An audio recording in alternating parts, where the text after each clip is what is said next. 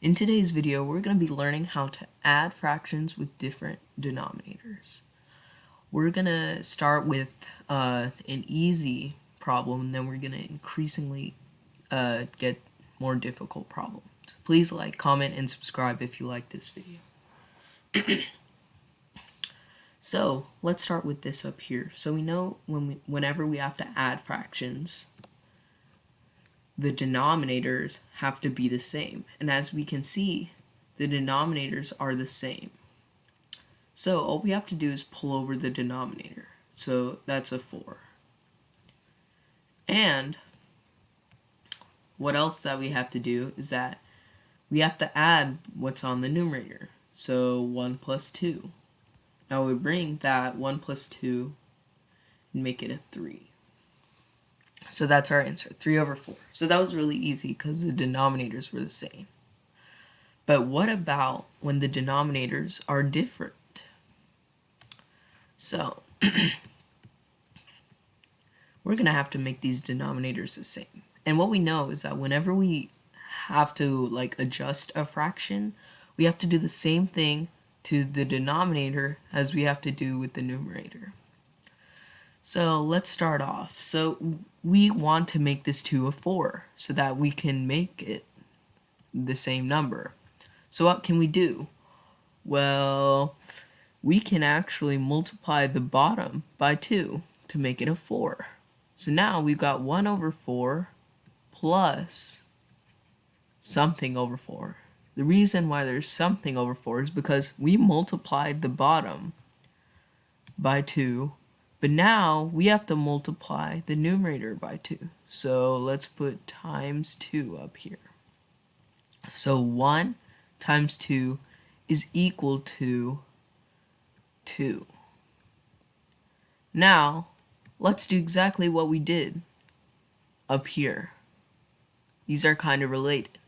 So what we have to do is, since we have the same denominator, we just pull it over. So the 4.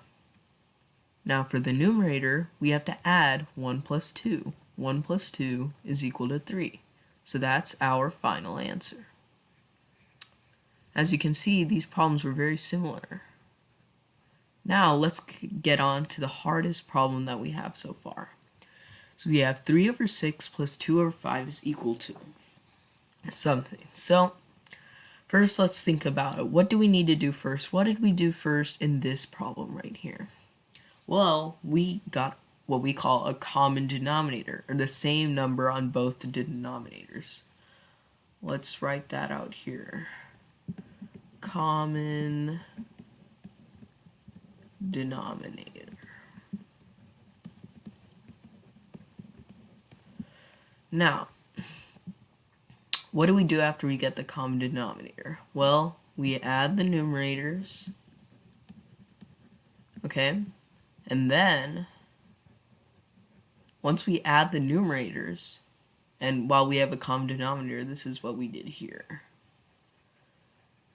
Because we got the common denominators and we add the numerators. Then, after we add the numerators, we have to pull over the denominator, which is exactly what we did here. Since both of these were 4s, we pulled it over. So now, let's use these same principles for number 3. So, we need to get a same denominator, but this is a little bit different from the denominators, because 5 times something won't be able to 6. Maybe 5 times a certain decimal number, but it won't be a whole number. So, what we have to do is we need to find a factor, like this was our factor right here, and number 2 is 4. We need to find a factor like that, but it's supposed to be bigger than both these numbers. So if we have to do this, this is what we do. So we have to keep multiplying numbers. So 6 times 1 is 6.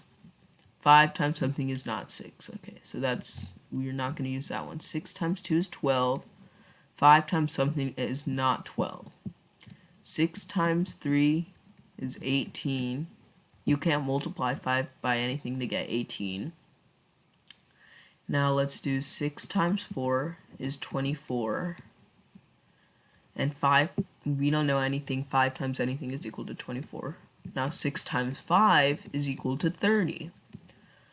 Now this looks familiar because there's actually a 5 right here, which means we can multiply 5 times 6 to get 30. So that's what we're going to call our common denominator.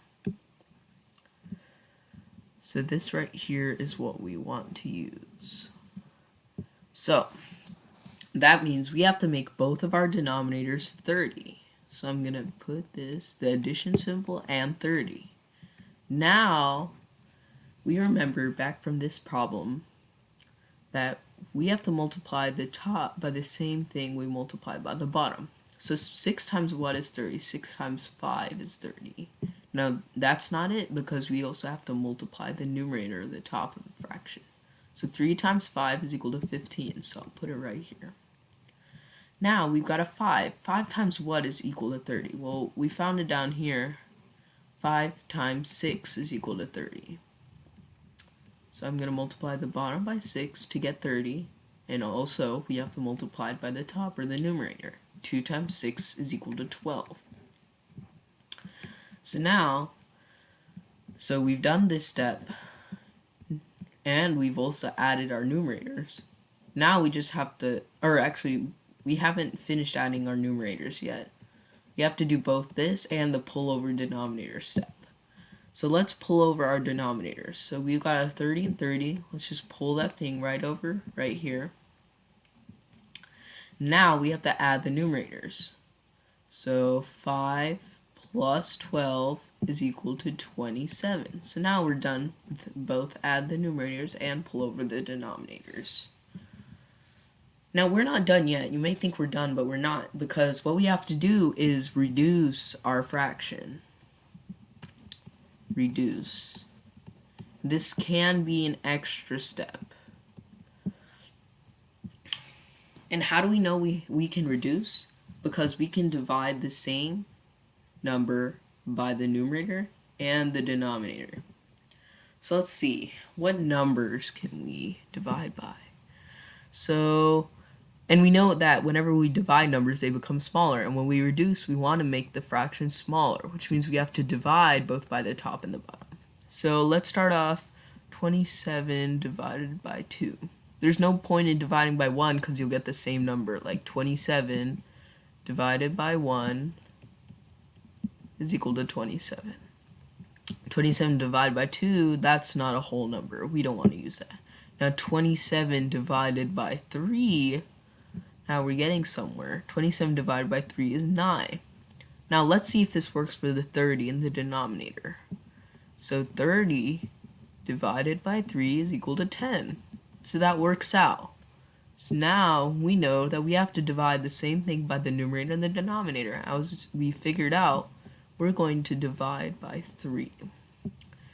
So let's divide the numerator by 3 and the denominator by 3 as well. So we figured out 27 divided by 3 is 9. And 30 divided by 3 is equal to 10. This problem had extra steps, but hopefully by now we figured out how to add fractions with different denominators. Thank you.